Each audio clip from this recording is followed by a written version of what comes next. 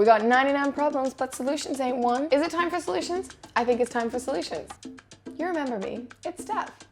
And welcome back to my bed talk. Before we start, if you're watching this and you don't know what the problem is, head over here and watch this other video first, because today it's all about solutions. Let's do it. This is the entire world, and this is climate change. It's about to mess us up real bad, so we put together some actions the government, industries, and you and I can take to send it packing. And yes, it actually works.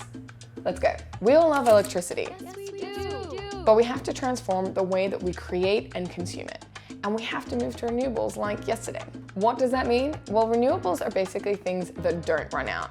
Heard of the sun? That works. What about wind? That works too. Water, nuclear, geothermal, they all work too. Hot damn, why are we using coal again? Oh, right, government subsidies. Those need to stop going to coal. And start funding solar, hydro and wind, and geothermal and nuclear. But what can you do sitting at home? That's easy. You can switch your energy provider. Look at where you get your home electricity. And check if your electricity provider provides a green plan. And if they don't, then check to see if your city has a green energy provider. No options available? Well, write to your local member of parliament. Tweet them. Get a bunch of friends together. Start a peaceful revolution. Whatever tickles your pickle.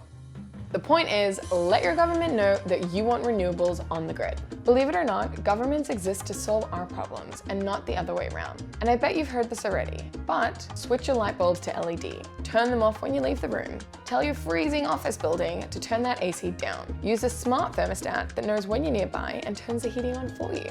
Improve insulation in your house or apartment building to keep the heat in more efficiently. Get with the times, Felicia. We've got a world to save. Now let's talk about money. We have to move it. What does that mean? It means move your money, duh, from the bonds, savings accounts, pension funds, away from the banks that are currently investing still in oil, coal, and gas. How's it all connected? Well, banks use your money to make money. They give loans to businesses and make interest on those loans. The interest they receive from those big business loans is a lot more than the interest they pay you to keep your money with them. That's how banks make money, meaning our collective deposits are the reason that they are making big bucks. And you have the power to tell them that you don't want them to use your money to fund oil, coal, and gas. And it doesn't cost you a single dollar. Pressure your banks to divest from companies that are contributing to climate change. Write to them, tweet them, start a peaceful revolution. We've been over this. We're 3008 and oil's 2000 and late. And petition to bring the black eyed peas back while we're at it. Speaking of money, watch where you spend it. Think of renting, swapping, or buying secondhand instead. And no, babe, you don't need to buy a seventh hat.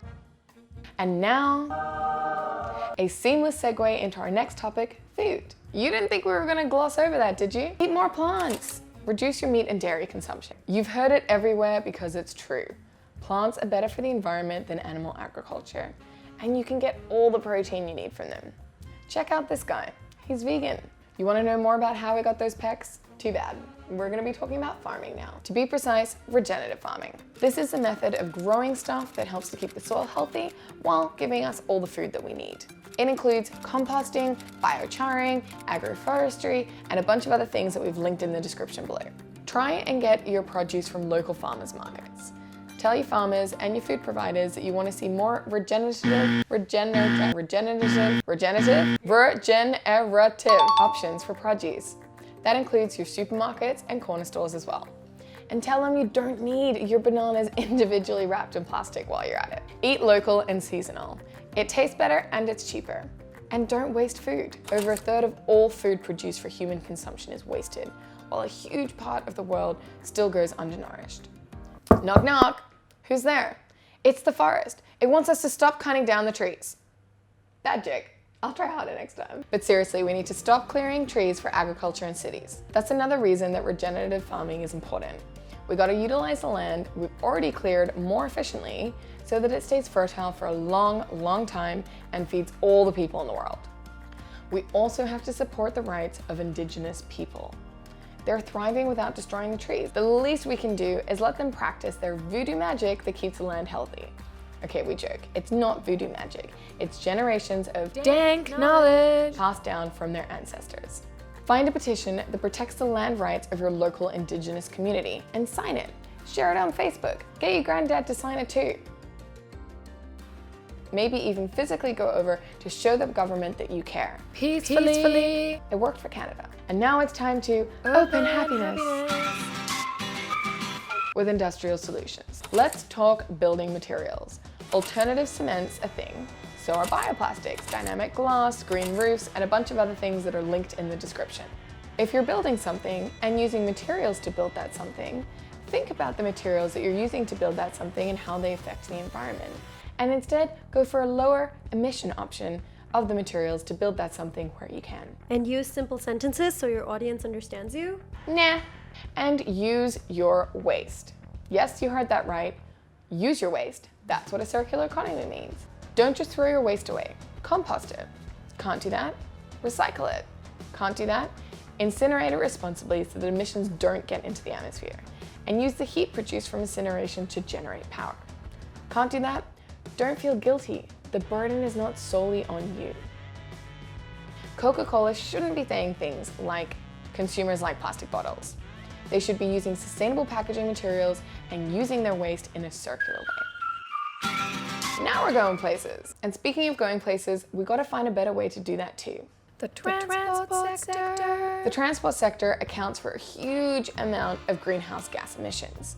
But luckily for us, there are some smart scientists in smart tech companies working on developing electrical vehicles that are getting more and more functional as we speak. So let's use them instead of traditional petrol and diesel.